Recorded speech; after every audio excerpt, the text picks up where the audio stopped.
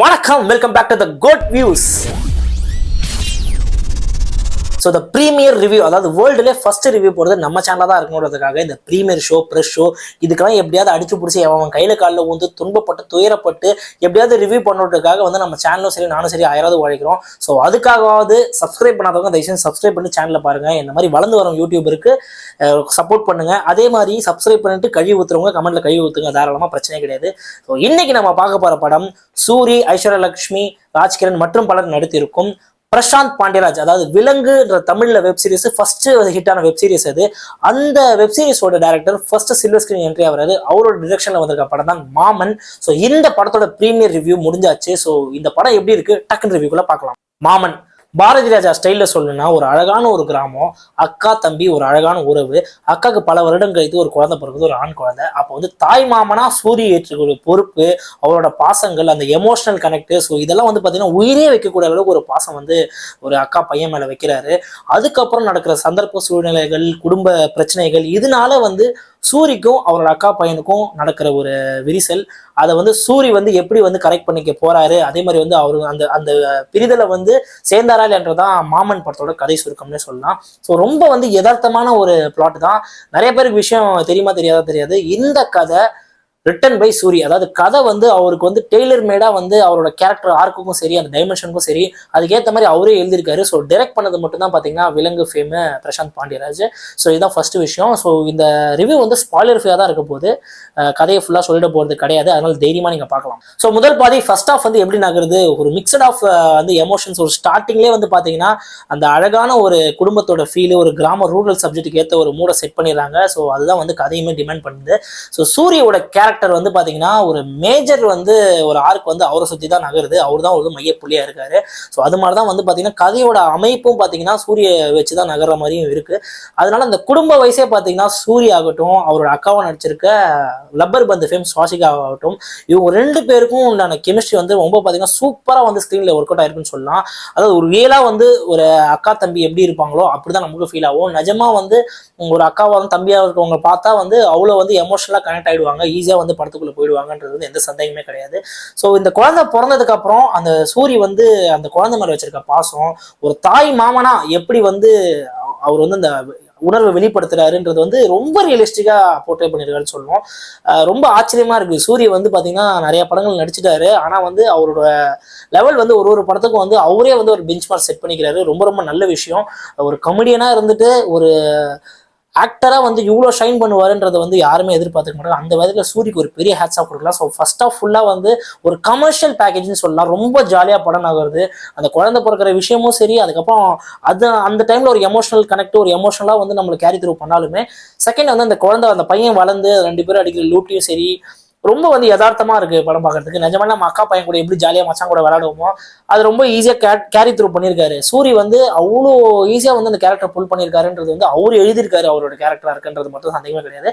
அவர் அந்த குடும்பத்துல வர எல்லா கேரக்டருமே அவங்களுக்கான ஈக்குவல் ஸ்பேஸ் இருக்கு. குறிப்பிட்டு சொல்ல போனா ராஜ்கிரண், அதாவது சூரியோட அப்பா, அந்த பையனோட தாத்தா வருது, சுவாசிகா, அதாவது லப்பர் பந்து ஃபேம், அதே மாதிரி ஐஸ்வர்யா லட்சுமி சூரியோட பேரா வந்திருக்காங்க. எல்லாருமே வந்து பாத்தீங்கன்னா ஃபர்ஸ்ட் ஆஃப் ஃபுல்லா வந்து ஒரு பட்டாளமே நிறைஞ்சிருக்கு, ஒரு ஜனரஞ்சகமான ஒரு ஃபர்ஸ்ட் ஆஃப்னு சொல்லலாம். ஸோ முதல் பாதி கமர்ஷியல் எலமெண்ட்ஸோட கமர்ஷியலி பேக்டா தான் ஆகுது. ஸோ பாடல்கள் ஆகட்டும், ஃபைட் ஆகட்டும், ஸோ ஸ்டன் சீக்வன்ஸ் தான் சூரி வந்து பார்த்தீங்கன்னா ரொம்ப ஆப்டா வந்து நச்சுன்னு பொருந்துறாருன்னு சொல்லலாம். அவர் அடிக்கிற ஒரு அடியும் வந்து இடி மாதிரி விழுது நம்ம ஸ்க்ரீன்ல தெரியுது. ஸோ முதல் பாதி ரொம்ப மிக்சடா ஒரு கமர்ஷியலா நகர்ந்தாலுமே இன்டர்வல் பாயிண்ட் இந்த மாதிரி ஃபேமிலி டிராமா, அந்த மாதிரி ஃபேமிலி டிராமா நம்ம வெளிப்படையாக சொல்லிட முடியாது. ஸோ கமர்ஷியல் எலமெண்ட்ஸ்ல ஃபேமிலி டிராமா மெயினா மையப்புள்ளியே வச்சிருக்க படம் தான் இது.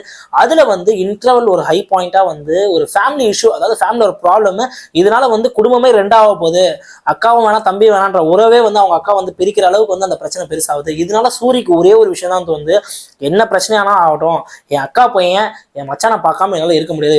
சின்ன விஷயம் தூக்கி வளர்த்த பையன் அவ்வளவு தூரம் அவ்வளவு பாண்டிங்கா காட்டிட்டு அந்த பிரிதலோட வந்து முடிக்கிறப்ப ரொம்ப வந்து ஒரு ஹார்ட் ஹிட்டிங்கான வந்து ஒரு இன்டர்வல் பாயிண்டா தான் இருக்கு. ஸோ செகண்ட் ஆஃப் வந்து இன்னும் எமோஷனல் நம்ம கனெக்ட் பண்ண வைக்க போறாங்க, இன்னும் எமோஷனலா தான் அந்த படம் நகர போகுது அப்படின்றது வந்து இன்டர்வல்ல ஒரு மைய தூவி விட்டுறாங்க. ஸோ செகண்ட் ஆஃப் இன்னுமே பாத்தீங்கன்னா ரொம்ப வேகமா தான் நகரக்கூடியதா இருக்கு. பட் அந்த எமோஷனல் கனெக்ட் வந்து இன்னும் நம்மளை வந்து எக்ஸ்பிளிசிட்டா வந்து நம்மளை காட்டணுன்றதுக்காக டிராமாட்டிக்கா ஓவர் டிராமாட்டிக்கா போகுதுன்றது தான் வந்து என்னோட ஃபீல். சூரி வந்து பாத்தீங்கன்னா எமோஷனலி நிறைய சீன்ஸ்ல வந்து நம்மள வந்து டேக் ஓவர் பண்ணாலுமே அவர் வந்து நம்மளுக்கு அவர் பெர்ஃபார்மன்ஸ்ல நம்மள உள்ள எழுதாலுமே சில சீன்ஸ் வந்து அந்த மீட்டரை தாண்டி அவரோட பெர்ஃபார்மன்ஸ் மீட்டரை தாண்டி வந்து கொஞ்சம் அதிகமாக போடுறோம். அந்த ஓவர் டிராமாட்டிக் ஃபீலா வந்து நமக்கு ஃபீல் ஆகுறதுல வந்து எந்த சந்தேகமே கிடையாது. இதனால ஒரு சீரியல் ஃபீலா வந்து இந்த செகண்ட் ஹாஃப் வந்து நம்மள கொண்டு போயிடுமோ அப்படின்ற பயமும் வந்து பாக்குறப்ப அப்பப்போ இருக்கும். பட் அதை சேவ் பண்ற மாதிரி சில விஷயங்கள்லாம் படத்துல செகண்ட் ஹாஃப்ல நடக்கும். இந்த குடும்ப விஷயங்கள்லயே எவ்வளவு ஹியூமரஸா வந்து இந்த பிரச்சனையை ஹேண்டில் பண்ண முடியும், அதே மாதிரி வந்து எவ்வளவு எக்ஸ்ட்ரீமுக்கு வந்து இது வந்து இது மாதிரி ஆகும், இதனால வந்து என்னென்ன உறவுகள் பாதிக்கப்படுறது ரொம்ப அழகா வந்து ஸ்கிரீன் பிளே பண்ணியிருக்காங்கன்னு தான் சொல்லணும். ஸோ மெயினா ரெண்டு கேரக்டர், அந்த 2 கேரக்டர் வந்து பாத்தீங்கன்னா சூரி அந்த சின்ன பையன் கேரக்டர், இவங்களுக்கு நடக்கிற வந்து எமோஷனல் பாண்டிங், எமோஷனல் சீன்ஸ், கடைசியில வந்து சூரி வந்து அந்த பையன் கூட சேர்ந்தாரா என்ற வந்து நமக்கே ஒரு அந்த தூண்டுதல் இருக்கு. அந்த ஃபர்ஸ்ட் ஹாஃப்ல அவங்க காட்டின விதத்துலயும் அவங்க 2 பேரும் இந்த பாண்டிங்லயும் சரி, அந்த பிரச்சனைக்கு அப்புறம் இந்த 2 பேரும் சேருவாங்களா மாட்டாங்கன்ற அந்த தூண்டுதல் வந்து அந்த ஈகர்னஸ் வந்து கண்டிப்பா ஆடியன்ஸ்க்கு வந்து கொடுத்துட்றாங்க. அதுதான் இந்த படத்தோட வெற்றியா இருக்கணும்னு நான் நினைக்கிறேன். ஸோ செகண்ட் ஹாஃப்ல சில விஷயங்களை தவிர்த்திருக்கலாம். குறிப்பிட்டு சொல்ல போனா ராஜ்கிரண் அவரோட கேரக்டர் வந்து இன்னுமே கொஞ்சம் வந்து ஸ்ட்ராங்காவே வந்து இம்ப்ளிமெண்ட் பண்ணிருக்கலாம்னு தோணுது. சுவாசிகா கேரக்டருமே வந்து ஃபர்ஸ்ட் ஹாஃப்ல இருந்த அளவுக்கு செகண்ட் ஹாஃப்க்கு அவங்களுக்கு வெயிட்டேஜ் கொடுக்க சொல்லுவோம். ஐஸ்வர்யா லட்சுமி ஒரு ஓவராலா மிக்சடா வந்து அவங்களோட கேரக்டர் வெயிட்டேஜ் இருந்தாலுமே அவங்க இந்த படத்துக்கு வந்து ரொம்ப சப்போர்ட் பண்றாங்களா இல்லையான்னு கேட்டீங்கன்னா அவங்களாலதான் ஒரு விஷயம் நடக்குது. பட் அந்த பர்ஃபார்மன்ஸ் வைஸ் வந்து அவங்களுக்கு ஈக்குவலா வந்து அந்த ஆர்க் இருக்கான்னு கேட்டீங்கன்னா கொஞ்சம் டவுட் தான் சொல்ல முடியும். ஸோ இப்படிதான் இந்த மாமன் படம் ஃபுல் அண்ட் ஃபுல் ஒரு ஃபேமிலி ஓரியன்ட் டிராமாவும் சரி, கமர்ஷியலாவும் சரி, ஒரு பேக்டா வந்து கொடுக்க ட்ரை பண்ணிருக்காங்க. பட் செகண்ட் ஹாஃப்ல ஓவர் மெலோ டிராமாவா போனது வந்து கொஞ்சம் எசன்ஸ் அதிகமாயிடுச்சு. அதனால கொஞ்சம் சீரியல் ஃபீல் தட்டுதுன்றது சந்தேகமே கிடையாது. ஸோ இதுதான் இந்த மாமன் படத்தோட ஒரே ஒரு நெகட்டிவ் நம்ம சொல்லலாம். மற்றபடி பாசிட்டிவ்ஸா சொல்ல போனா அடுக்கி வச்சுட்டே போகலாம். ஸோ ஓவரால் கேஸ்ட்ல பாலா சரவணன் கேரக்டர் ஆகட்டும், மாஸ்டர் பாபா பாஸ்கர் மாஸ்டர் ஆகட்டும், ராஜ்கிரண், சுவாசிகா, அப்புறம் ஐஸ்வர்யா லட்சுமி, இவங்கெல்லாம் வந்து பாத்தீங்கன்னா நீட் அண்ட் பர்ஃபெக்டா அவங்க கொடுத்துருக்க ரோலுக்கு அவங்களோட ஸ்பேஸ்க்கு வந்து ரொம்ப வந்து கரெக்டான வெயிட்டேஜ் அவங்களுக்கு இருக்கு, கரெக்டான ஸ்கிரீன் ஸ்பேஸ் இருக்கு. அவங்களுக்கு தேவையான வந்து பர்ஃபார்மன்ஸ் வந்து எதுவுமே குறை கிடையாது, சூப்பரா பண்ணிருக்காங்க. பட் எல்லாத்தையும் தூக்கி சாப்பிட்ற மாதிரி ஒரே ஆளு சூரி தான். ஸோ படத்தோட பாசிட்டிவ்ஸ்குள்ள டக்குன்னு போயிடலாம். மெயின் பாசிட்டிவ் சூரி அவரோட கேரக்டரா இருக்கு, அவரே எழுதினால்தான் என்னமோ அவருக்கு ரொம்ப பர்ஃபெக்டா ஆப்டா சூட்டா இருக்குன்னு சொல்லலாம். குறிப்பிட்ட எமோஷனல் சீன்ஸ் எல்லாம் சொல்றேன், சத்தியமா வந்து 2-3 சீன்ல வந்து மனுஷன் அழ வச்சிடறான்னு தான் சொல்லணும். ரொம்ப வந்து கனெக்ட் பண்ணிக்கிற மாதிரி அழுகுறாரு, கனெக்ட் பண்ணிக்கிற மாதிரி பெர்ஃபார்மன்ஸ் கொடுக்குறாரு. ஆச்சரியமா இருக்கு சூரி வந்து இவ்வளவு தூரம் வளர்ந்ததுக்கு. ஹேட்ஸ் ஆஃப் சூரினா. டைரக்டர் பிரசாந்த் பாண்டியராஜ் ரொம்ப ஒரு பெரிய இடம் காத்துட்டு இருக்கு தமிழ் சினிமால. அது விலங்கு பட வெப் சீரிஸை பார்த்ததுக்கு அப்புறமே, ஐ மீன் விலங்கு வெப் சீரிஸ் ஜி5ல பார்த்துருப்பீங்க நிறைய பேர். அதை பார்த்ததுமே தெரிஞ்சு போச்சு இவர் என்ன மாதிரி ஒரு படத்துக்கு உண்டான வேலைகள்லாம் இவர் வந்து முன்னாடியே வந்து செட் பண்ணி வச்சிருப்பாருன்னு. பட் அவர் வந்து இன்னும் அவரோட கதையா வந்து அவரோட கிரைம் த்ரில்லரா ஏதாவது ஒன்று எடுத்தா அது வேற லெவலில் இருக்கும்னு நினைக்கிறேன். ஸோ ஃபர்ஸ்ட் ஒரு என்ட்ரி, ஒரு ஸ்மூத் லேண்டிங்னு சொல்லலாம். ஒரு ரூரல் சப்ஜெக்ட் சூரிய வச்சு ஒரு நல்ல சூப்பரா டெலிவரி பண்ணதுக்கு அவர் ஸ்கிரீன் பிளே வைஸும் சரி, எந்த ஒரு ஃப்ளாவே இல்லாம பண்ணதுக்கு வந்து டேரக்டர் வந்து ஒரு பெரிய பாசிட்டிவ் இந்த படத்துக்கு சொல்லலாம். அப்புறம் மியூசிக் டைரக்டர், ஸ்டண்ட், அவங்க பாட்டு, சினிமோட்டோகிராஃபி எக்ஸலண்டா இருந்தது. ஸோ டெக்னிக்கல் ஆஸ்பெக்ட்ஸ்ல எல்லாமே வந்து 10/10 வாங்குற படம் தான் இது, அது எந்த சந்தேகமே கிடையாது. ஸோ படத்தோட நெகட்டிவ் என்னன்னு நான் பாக்குறேன்னா, படத்தோட டியூரேஷன் வந்து பாத்தீங்கன்னா ரொம்ப பேக்டா இருந்தாலுமே இந்த டியூரேஷனுக்கு நமக்கு வந்து சில லேக்ஸ்லாம் வந்து தெரியவே கூடாது. அந்த வகையில் இந்த படத்தோட ஜான்ரா ஃபேமிலி டிராமா அப்படின்னு எடுத்துட்டு பார்த்துட்டோம்னா இந்த சீரியல் ஃபீல் நம்ம கொடுத்துடக்கூடாதுன்றதுக்காக சில சீன்ஸை கொஞ்சம் டைல்யூட் பண்ணியிருக்கலாம். அதாவது வந்து ஓவர் டிராமாட்டிக்கா, ஓவர் எமோஷனலா ஃபீல் பண்ண வைக்கணுன்றதுக்காக சில சீன்ஸை வாண்டடா ஃபோர்ஸ் ஃபிட்டிங் பண்ண மாதிரி இருக்கு. ஸோ அந்தந்த சீன்ஸை வந்து நீங்க படம் பார்க்குறப்போ அது கண்டிப்பாக ஃபீல் ஆகும். அதெல்லாம் தவிர்த்துட்டு இந்த படத்தை வந்து நீங்க பார்த்தீங்கன்னா ஒரு அபோவ் ஆவரேஜான ஃபிளிக்குன்னு தான் சொல்லுவேன்.